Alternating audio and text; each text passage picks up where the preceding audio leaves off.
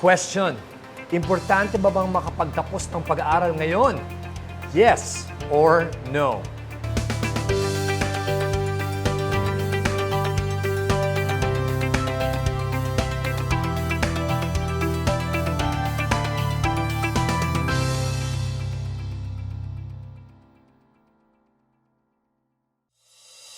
Yes or no? Ang sagot, makapagtapos? No. Makapag-aral ng mabuti? Yes. What do I mean? Many people that I've asked before about their children, pag tinanong ko sila, ano ba yung pangarap mo? What's the dream? They will say, makapagtapos ng pag-aaral. But the reality is, if that's the only dream we have, that they finish a college degree, they might not go very far.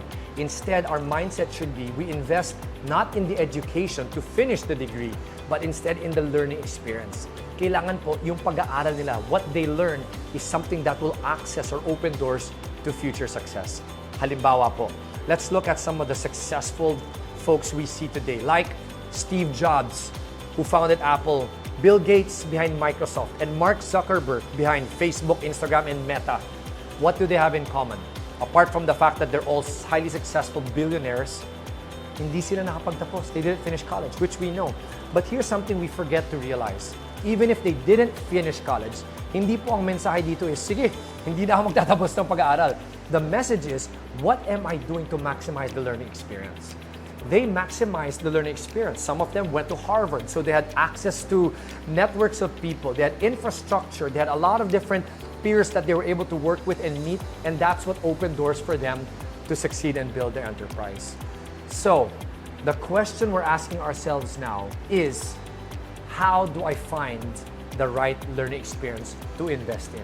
But if it's not a college degree, you're not a student right now, or you're not a parent with a child going off to college like me, and instead you're working somewhere and you're looking at upskilling, what are the options available to you? We're also going to talk about that, and we're going to find out how you can also ask the same question. What is the best way to invest in a learning experience for me? Here's what we can do. The very first thing that we want to do is know yourself. Parang simple lang yan, ano? Know yourself. It sounds simpler thought of than actually done, but the reality is it's quite complex. So let me give you a simple framework here. This is called the Hedgehog Model or the Hedgehog Principle. Galing po kay Jim Collins, who is a business guru who's written many great business books, including Good to Great, where he studied companies. At tinanong niya, how do these companies become great, better than their competitors? Ang na-discover po niya is one interesting thing, the Hedgehog Principle. What does that mean? Ang hedgehog po, isang animal na pagka may problema, if it is struggling or it's threatened, it has one main go-to move that it does that allows it to thrive and succeed. It curls up into a ball.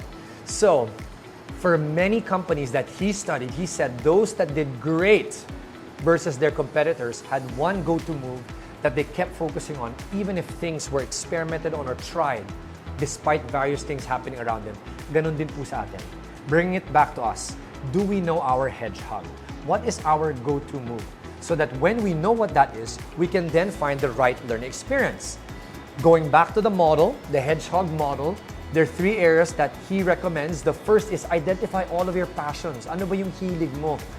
And then second, identify your affirmed skills. Not just what you think you're good at, but what even your friends na close sa'yo that will tell you things that you don't want to hear but you need to hear. Yan. Tanong mo sila. That's your affirmed skills. Put it down in the next circle. And then finally, what are your opportunities to make money? If you're a student, then what are those possible opportunities as you look at the college? If you're already working, then what are your income streams? The intersection of all 3, that is your hedgehog. That is your go-to. That is your why. In biblical terms, that is how wonderfully and beautifully made you are by God.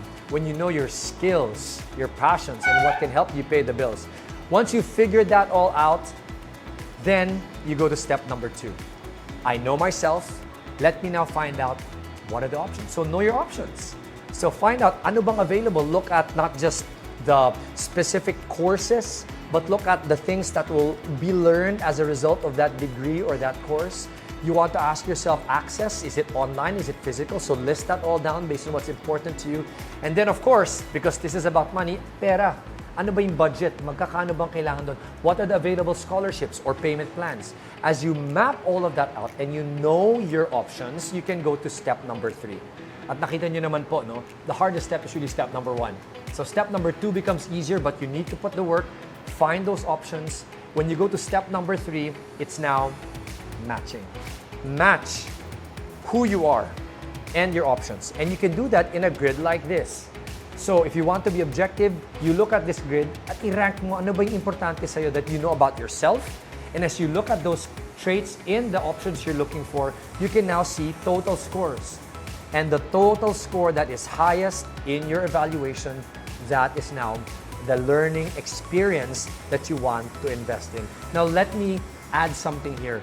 Hindi lang po yung learning dyan. If this is a college degree, it's not just about that. It's also about the experiences that you're exposing them to around that. Internships, side hustles that will give them practical skills along that career path or the degree you want them to finish. And as you look at these things, and as you try and match it, one added thought. The future of learning, as we're seeing it, is actually personalization and flexibility. Hindi na po pwede ang one size fits all because each person is unique. And the pandemic has disrupted that whole thing. So as you're considering options and finding a match for you, you may want to consider an option that is close to my heart. Why? Because I'm part of the team behind it. I'm a director of a college called the One School, and that's what we like to do. Personalized learning experiences that are very flexible. There are degree programs and even short courses. So, having said that, my parting thought, if we want to invest in education, ano yung tanong natin ulit kanina? Importante ba bang makapagtapos ng pag-aaral ngayon? Ang sagot is, it's not the finishing. It is the learning experience that we invest in. So put money behind that instead and you will see yourself reaping the rewards. As you do, people will also say, well, kailangan ba yung mga branded or yung mga kilalang institutions? There's still weight there. But the reality is today, it's not so much about the brand or the name of the place you're learning from. Instead, it is what you do, where you are learning, that counts. If you do not finish well in these branded schools or institutions or universities, I will know dahil may mga kaibigan ako na ganun po. They did not go very far in life. But even if you don't come from a reputed or a big name yet, but you have a great learning experience, you can go far. So remember that. Don't just invest in the education, invest in the learning experience and make it count. Get bang for your buck. So, what's left for you guys as you think about investing in learning and experiences is this. It's now up to you to make it happen.